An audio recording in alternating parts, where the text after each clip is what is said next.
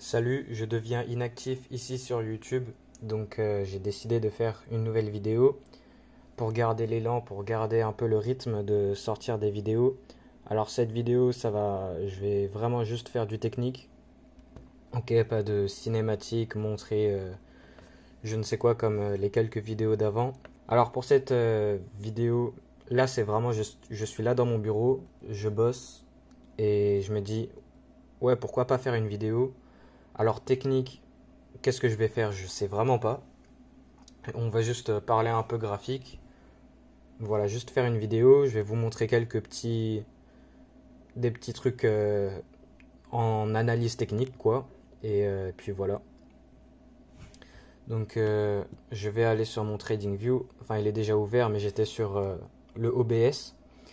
Donc là, on est sur le Bitcoin. Alors, un truc que je tiens clairement à préciser, je ne parlerai jamais, je ne dévoilerai jamais, je ne dirai rien, jamais, sur ma réelle stratégie. Jamais. Ok, il y a trop de raisons derrière, juste je peux pas. Là, je vais réactiver mes dessins. On va vraiment juste rester un peu sur les temporalités les plus grandes, montrer des petits trucs techniques. Donc là, sur le BTC, j'ai des projection arrays que j'ai souligné, que j'ai ajouté sur mon graphique, qui ont servi là, ici, après. Par exemple, si on prend, je pourrais aller sur le weekly, là on était sur le monthly. Je prends le point de connexion le plus bas ici, après qu'on avait touché le all-time high à 69. On a retracé aux 15 000 et quelques, on a le point bas, et je le connecte au point haut de la consolidation avant l'élection de Trump. Donc ici. Et donc cette projection array, elle s'est fait TEJ ici. Donc là on a une connexion, on a formé le nouveau all-time high au moment de cette vidéo à 108 300, 400 et quelques, dans ces environs. Et on a trois projection arrays qui se superposent là où le prix a rejeté. Donc on a la numéro 1, ce que je viens de vous expliquer. Donc là on est sur le 4 heures, on a aussi une très simple, une projection array, une array de projection. Je vais pas sortir un accent, juste des arrays de projection. Donc le point ici, le point là, et là donc on rejette là. Donc ça numéro 2, le numéro 1 ce que je vous expliquais juste avant. Et puis ensuite une encore plus grande. Donc si je prends le point de connexion ici, le premier point de connexion là. Donc là on en a deux. Je prends le plus haut le all-time high des 69, 70 du cycle d'avant ce cycle actuel. Et donc on vient et on tège avec les deux autres. Donc là actuellement on a formé ce point d'intérêt ici avec la rejection de ces trois arrays de projection. Ensuite ce qu'on peut voir par exemple, si on prend le point bas de cette réaccumulation avant l'élection de Trump, on s'est arrêté sur le point haut de cette réaccumulation ici. Donc là, on a ces deux points qui se connectent. Là, vraiment, je suis juste en train de regarder les choses essentielles de l'analyse technique sur les temporalités les plus grandes. Ici, pareil. Bon, je vais pas aller plus en détail sur ça parce que ça rentrerait un peu dans quelques détails sur mes KL. Mais on a formé le point bas de cette réaccumulation sur une array qu'on a là-dedans. Mais bon, bref, donc ça c'est... On a aussi une array de projection baissière ici. Et on avait... Bon. Et ça là-dedans, c'est tous mes KL intraday actuels sur lesquels je trade actuellement. Donc on va pas aller plus en détail sur tout ça, mais là voilà, juste je vous parle de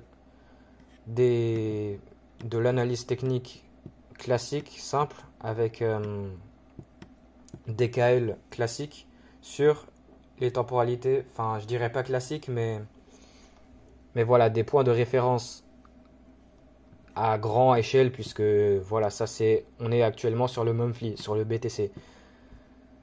Donc voilà, je parle de ça. Maintenant, je pourrais parler de quoi d'autre? Des outils comme ça que je peux utiliser sur les temporalités plus grosses. Si on applique ça à la fractalité, c'est exactement pareil sur le 1 minute, 15 secondes, 15 minutes. On a les Reaper arrays, on a les arrays de projection, on a les arrays classiques à travers toutes les temporalités. Ce qu'on remarque bien, c'est qu'on a eu la plus grosse bougie monthly de l'histoire du Bitcoin avec la bougie du mois de novembre 2024, qui est là où l'élection de Trump a propulsé la réelle sortie après cette longue réaccumulation, après avoir fait le nouveau haut historique par rapport à l'ancien haut historique du cycle précédent. Donc là, on a eu une très grosse bougie monthly. Et donc, pour ce qui est de la bougie monthly de ce décembre 2024, donc le dernier mois de cette année, si cette bougie monthly ferme avec la mèche du bas étant celle actuelle qui est là, on formera donc ce gap. Après aussi, on a la bougie monthly de février. On avait du coup formé le point bas de la réaccumulation sur le point bas du gap, de ce gap ici. Et là, on a formé le bas qui est là. Et donc aussi la balance price range de là à là. Là, on va aller sur XAO, sur l'or, pour voir un peu ce qu'il y a. Donc on a évité les 2800 avec le all-time high actuel qui est donc là, juste avant les 2800. Et ouais, donc une petite vidéo de plus, histoire de faire donc une vidéo de plus sur ma chaîne, puisque je suis un peu inactif en ce moment. Et voilà, une vidéo pour parler de la globalité du graphique du Bitcoin, un peu de technique, rien de détaillé. Et puis voilà, si on regarde un petit peu plus, enlève ça, non pas ça. Si on regarde de 2023 à 2024, ça a été 100% bullish. Juste avant 2023, on a formé le higher low de la tendance haussière générale sur le long terme du Bitcoin, puisque si on applique juste la théorie classique du trading, la théorie générale,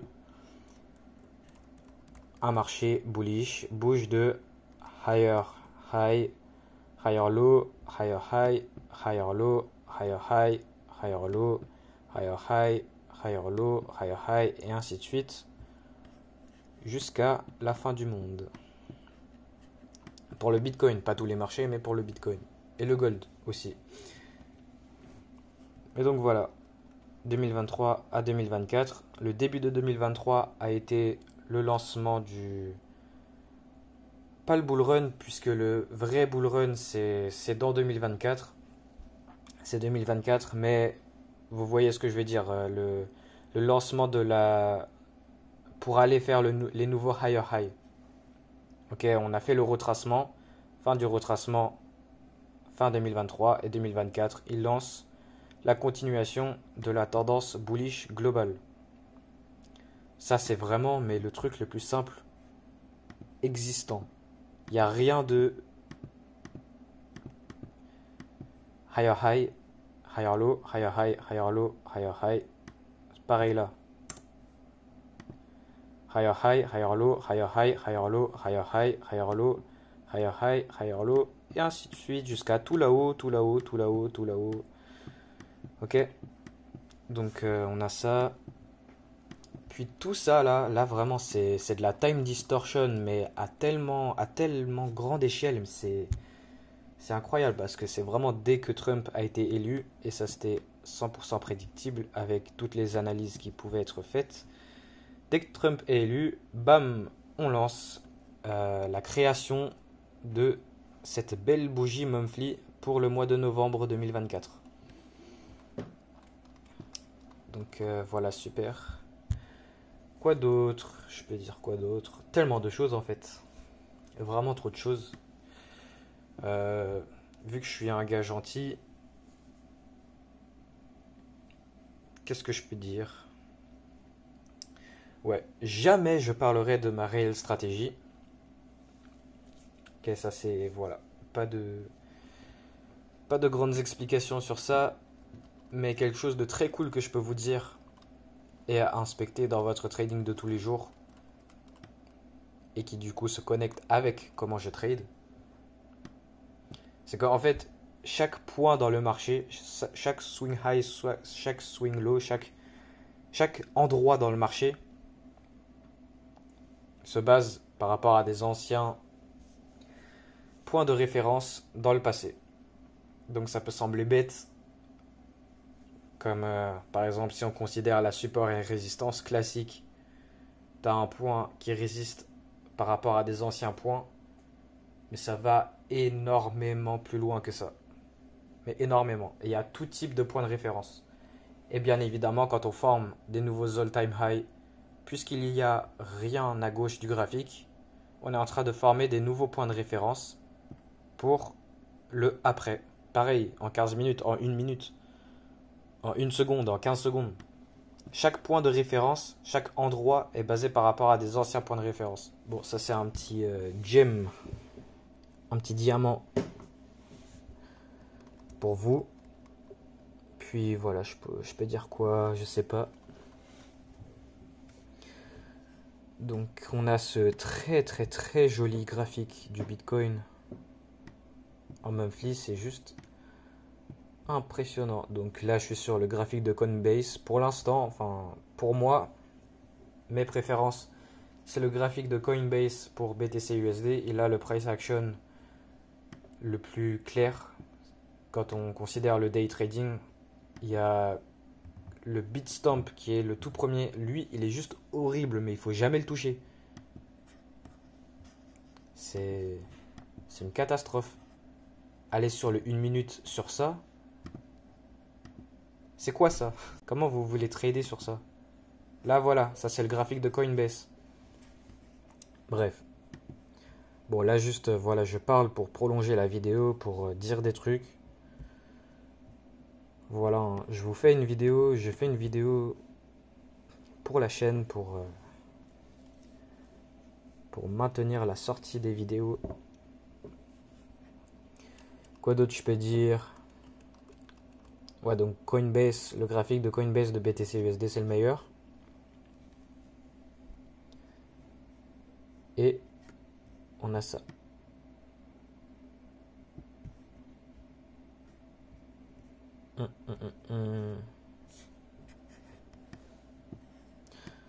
Bon, après, je sais pas si je fais du graphique, je vous parle sous quelle manière de... Si je vous fais du technique. Parce que moi, j'ai plusieurs manières de trader sur plusieurs marchés différents. Je trade les concepts d'ICT sur les indices américains. Je trade ma stratégie personnelle secrète, je peux dire. Après, ça fait, voilà, le mec qui veut trop faire son gars connaisseur, truc cliché et tout. Mais voilà, ma stratégie que vous verrez jamais sur ma chaîne YouTube. Et puis après, j'ai mon swing trading sur le forex, qui ça vraiment ça se trouve super facilement comment je trade, hein. J'ai déjà fait... Moi, je sais même pas si dans mes vidéos là où je vous montre un peu mes journées là, à filmer des clips et à les attacher et mettre une musique derrière, on voit un peu mes graphiques forex, et je crois que j'ai dû faire quelques petites explications des petits trades vite fait ou des analyses. Enfin voilà, c'est vraiment juste c'est très simple. Si vous voulez savoir un peu une idée, je trade un peu comme Forex Alex G sur YouTube que vous pouvez trader, que vous pouvez retrouver sur YouTube. Donc FX Alex G, ça c'est pour le Forex. Donc je trade sa stratégie Set and Forget.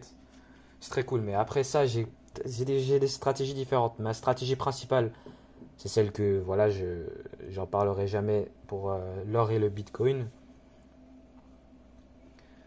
Et puis je trade à la Alex sur le Forex et les concepts d'ICT sur les indices. Si là, je parle sous forme de concept d'ICT, par exemple, si on prend cette correction après cette impulsion pour la continuation haussière du Bitcoin, la fin de cette correction, si on regarde à la ICT, on a tous ces gaps. On a lui, on a ce gap là, on a ce gap là, on a ce gap là, on a ce gap là. Mais pourquoi il s'est arrêté là? Parce que tout simplement, ça c'est un breakaway gap. Pourquoi c'est un breakaway gap? Parce que ça c'est le gap le plus proche du swing low de ce prix. Où est le swing low? Il est là. Là, là, là. Notre swing low, il est là. Bam. Donc ce gap, ça reste un breakaway. Ça, c'est le gap qui n'est pas le breakaway, qui est le plus proche du swing low. Le prix revient dessus. Et si on mesure donc le gap, le prix sûrement il s'arrête sur le 50%. Donc si je étendre les lignes à droite, voilà, nous avons le 50% du gap qui est là et le prix, il vient rééquilibrer le gap au point central. Donc comme les concepts d'ICT diraient, le consequent encroachment. Donc ça c'est juste des extensions.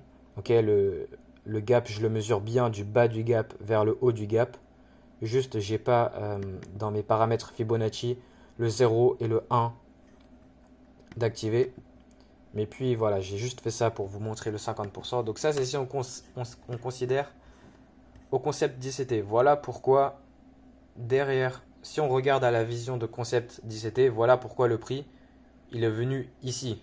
Voilà pourquoi il a retracé là. Puis aussi on a l'ancien point, l'ancienne zone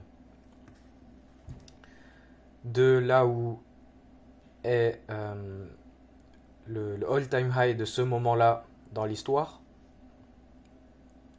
Et plus précisément, donc si on prend le point bas du point bas vers les 15 500, si on prend la bougie de 1 minute qui forme le plus bas des plus bas du retracement, elle se réfère bel et bien à une bougie, à une array à l'intérieur de là, plus à l'intérieur de là, puisque chaque point de référence se base à des anciens points de référence.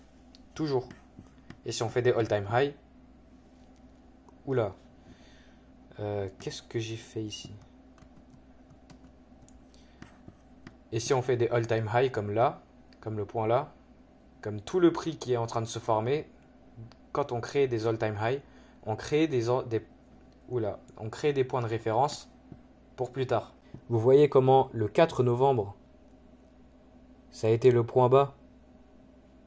Donc avant le 4 novembre, on était, en réalité, on est encore dans toute la rangée, dans toute cette consolidation.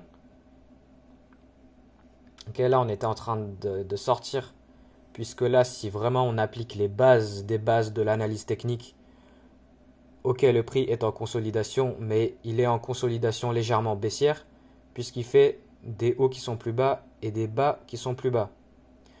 Et là, ce qui se passe, là, si on considère donc que le prix est bearish, là, on a le high, le low, le prix le retrace pour former le lower high par rapport au high qui est là. Et là, normalement, il serait censé continuer pour faire le lower low, qui est plus low, plus bas que le bas précédent. Sauf qu'on a échoué. Et donc on a rejeté au point de référence qui se trouve là-dedans, que j'ai dessiné avec mes dessins, mais bref, ça on va pas aller voir qu'est-ce que c'est. On a échoué de faire un bas qui est plus bas que le bas d'avant, et on a pris le haut. Donc là, c'est quoi? C'est notre shift de structure. Donc là, déjà, on a une indication en avance que là, maintenant, le prix, il est passé bullish. Donc, ok, après le shift, ça, c'est vraiment le shift à grande échelle. Si on considère, par exemple, un double bottom. Donc, un double bottom ascendant, ça serait le break du point à ne pas break. Et si ce break, donc c'est la confirmation du double bottom ascendant. Mais ça, c'est vraiment une manière... Donc là, voilà, on a une confirmation en avance que le prix, il s'apprête à sortir de toute cette consolidation qui est légèrement baissière. Et donc là, regardez comment le 4 novembre, ça a été pile le bas, le swing high, le swing low, pardon, avant toute la montée. Ah, il y a un truc super drôle. Si vous allez en monthly ici, là, comme ça, le graphique comme ça que tout le monde voit quand on va sur le Bitcoin et qu'on va sur le monthly, vraiment le prix, là on a tout le graphique. Ok, bon là on l'a depuis 2015 avec le graphique de Coinbase. Ça commence un peu avant, ok, 2009, machin, le lancement du Bitcoin, mais bon voilà. Donc là on a tout le graphique du BTC.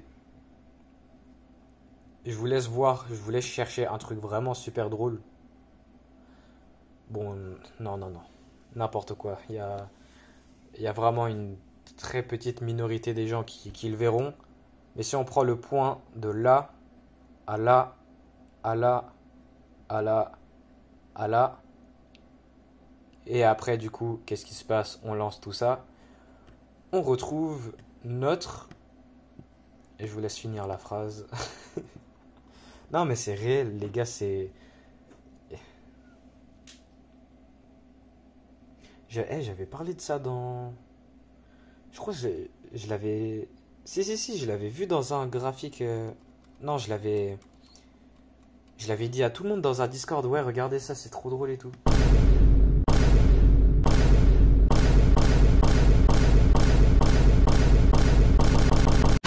Non, mais moi, les gars, j'utilise jamais ça dans mon trading. J'utilise jamais cette chose dans mon trading de tous les jours. Mais vu que, voilà, je connais tout. Je connais. Et là, on le retrouve là en monthly sur le BTC. C'est drôle de ouf. Faut mesurer aussi. Hein. Donc, on peut capter qu'est-ce que c'est. X, A, B, C, D. Il faut mesurer pour trouver laquelle des différentes formes c'est. Mais c'est pour les merdes. Ok, moi je considère que c'est pour les merdes.